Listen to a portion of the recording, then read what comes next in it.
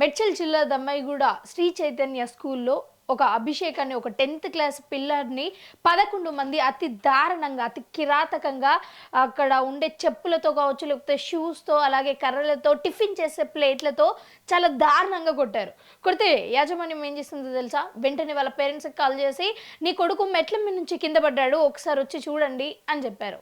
అంటే చూడండి అసలు ఎంత దారుణమైన ఘటన అని వాళ్ళు ఎంత సింపుల్గా కవరప్ చేయడానికి ప్లాన్ చేశారు. ఈ దమ్మాయిగూడలో అయితే చోటు చేసుకుంది. సో వెంటనే పేరెంట్స్ అందరూ కూడా హడావిడిగా అసలు ఏం జరిగింది నా కొడుక్కి అని అయితే అక్కడికి రావడం జరిగింది. అక్కడికి వచ్చిన తర్వాత చూశారు. ఫస్ట్ చూసిన తర్వాత ఒకసారి మీరు కూడా ఒక్కసారి ఈ వీడియో చూడండి, ఈ ఫొటోస్ చూడండి. ఏ విధంగా కూడా ఇవైతే ఏదో మెట్ల మీద నుంచి కింద పడితే తగిలిన దెబ్బల్లాగా కాదు అని చిన్న పిల్లాడికి కూడా అర్థమవుతుంది. సో అక్కడైతే చాలా మంది కొట్టినట్టుగా అయితే కనిపిస్తుంది. అలాగే మెట్ల మీద నుంచి కింద పడితే దెబ్బలు ఎలా తగులుతాయి, ఎవరైనా కావాలని వాంటెడ్గా పదే పదే కొడితే ఎలా తగులుతాయి అన్నది చాలా క్లియర్గా అర్థమవుతుంది కదా. సో వాళ్ళ అమ్మకు కూడా అదే డౌట్ వచ్చింది. నా కొడుకు మెట్ల మీద నుంచి పడలేదు, ఎవరో కావాలని కొట్టారు, తిట్టారు, ఇది చాలా క్లియర్గా అర్థమవుతుంది అని అయితే యాజమాన్యం దగ్గరికి వెళ్ళి చాలా గట్టిగా అయితే ప్రశ్నించడం జరిగింది.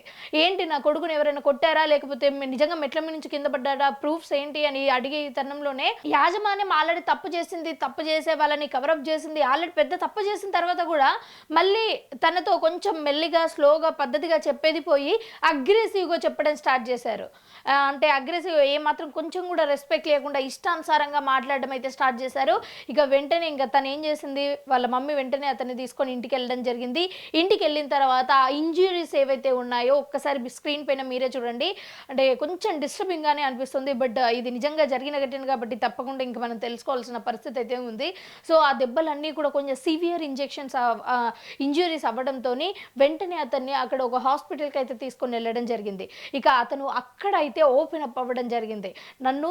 నేను ఎక్కడ కూడా మెట్ల మీ నుంచి కింద పడలేదు, నన్ను దాదాపు 11 మంది స్టూడెంట్స్ వచ్చి, మైనర్స్ వచ్చి వాళ్ళైతే నన్ను కొట్టడం జరిగింది. కర్రలతో, అలాగే ప్లేట్లతో, ముఖ్యంగా వచ్చేసి మన టిఫిన్లు చేసే ప్లేట్లతో అయితే వెనకాల కొట్టడం జరిగింది. ఇదంతా కూడా ర్యాగింగ్ పేరుతో అయితే జరిగింది అని తను ఆవేదన అయితే వ్యక్తం చేయడం జరిగింది.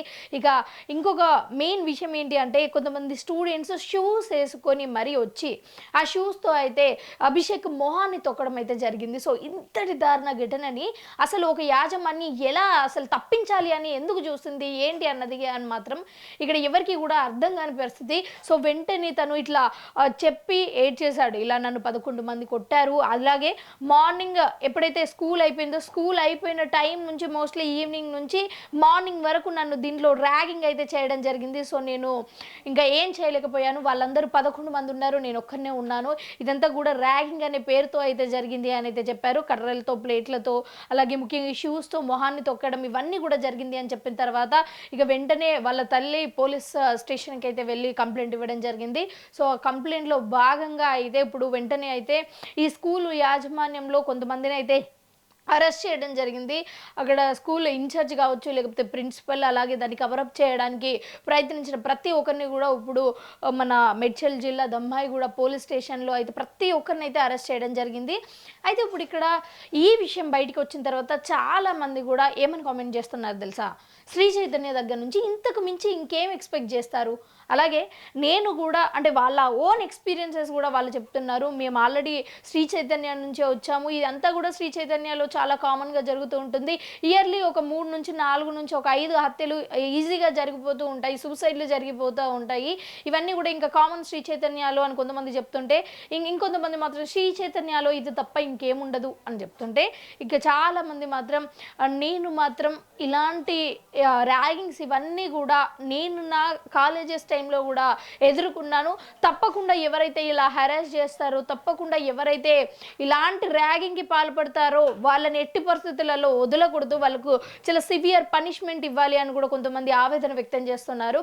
సో మనం చూసుకున్నట్లయితే శ్రీ చైతన్య స్కూల్ కానీ కాలేజ్ కానీ ప్రతి సంవత్సరం ఈ శ్రీ చైతన్య కాలేజ్ దగ్గర నుంచి మనకు చాలా రకాల ఇలాంటి న్యూస్లు అయితే వస్తాయి. ఒకతను సూసైడ్ చేసుకున్నాడని, ఇంకొకతను చంపేశారు వీళ్ళని, వాళ్ళు వీళ్ళని అని. అసలు యాజమాన్యానికి అసలు ఏంటి అసలు నాకు అర్థం కాదంటే, ఇప్పుడు అక్కడ హత్య చేసిన వాళ్ళను, లేకపోతే ర్యాగింగ్ చేసిన వాళ్ళని కాపాడటం వల్ల మీకు వచ్చేది ఏంటి? ఒకవేళ ఒక 2-3 సార్లు మీరే బయటికి వచ్చి ఇలా చేశాడు, ఇతన్ని మేము పోలీసులకు పట్టిస్తున్నాము అంటే మీ స్కూల్ మీద కొంచెమైనా రెస్పెక్ట్ పెరిగిపోతుంది. ఆల్రెడీ ఇప్పటికే ఆల్రెడీ దిగజారిపోయింది శ్రీ చైతన్య స్కూల్ అని చెప్పొచ్చు. ఎందుకంటే ఇప్పటి వరకు ఎంతమంది విద్యార్థులు ఆ స్కూల్, కాలేజ్ నుంచి బయటికి వచ్చిన తర్వాత మెంటల్ హెల్త్ బాలేక అలాగే సూసైడ్ చేసుకున్న వాళ్ళు కూడా చాలా మంది ఉన్నారు. సో ఇలాంటి ఒక విద్యార్థులందరికీ కూడా భవిష్యత్తు, బంగారు భవిష్యత్తు, బంగారు నాలెడ్జ్ ఇవ్వాల్సింది పోయి మీరు నాలెడ్జ్ కాకుండా వాళ్ళకు ఒక మెంటల్ హెల్త్ ఖరాబ్ అయ్యే విధంగా అయితే ర్యాగింగ్లు, అలాగే తప్పు చేసిన వాళ్ళని వెనకేసుకొని రావడాలు, ఇవన్నీ కూడా చేయడం వల్ల మీకు తప్పకుండా ఏదో ఒక రోజు తగిన శిక్ష అయితే పడుతుంది. సో ఏదేమైనప్పటికీ కూడా అభిషేక్‌కి అయితే నిజంగా న్యాయం జరగాలి అని మనందరం కూడా మనస్ఫూర్తిగా కోరుకుందాం.